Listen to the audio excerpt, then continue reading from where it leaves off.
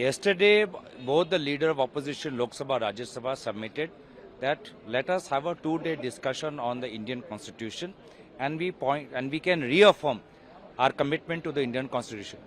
The government does not listen to that suggestion. Then in the adjournment motion, we've been raising many issues. Adani issue is one, Manipur issue is another, Sambal issue is a third. But the government, as you can see in the business, they are not listing Adani, they are not listing Manipur, they are not listing Sambal.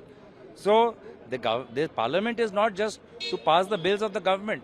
The parliament is also to raise the issues of the people of India. The parliament belongs to the people of India, not to the BJP.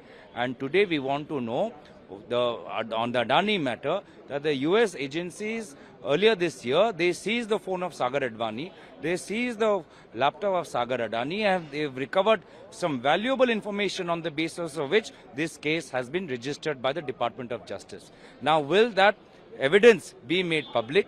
Will the Indian agencies be cooperating with the US agencies? Are we asking for information?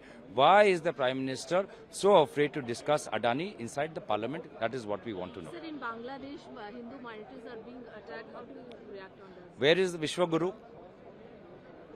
Where is the Prime Minister Modi?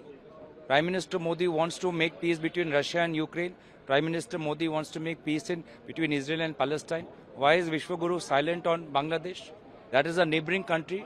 Does Prime Minister Modi have no influence left in Bangladesh? This is the state of affairs, that Indian government has lost its influence, its goodwill with the governments of and the political ecosystem of Bangladesh. It just shows that how entire foreign policy of Prime Minister Modi has been captured by Adani and Adani's private interest everywhere. But our country-to-country relations have suffered, and that's why Prime Minister Modi remains a mute spectator to the really sensitive incidents of violence and harassment that is taking place in Bangladesh.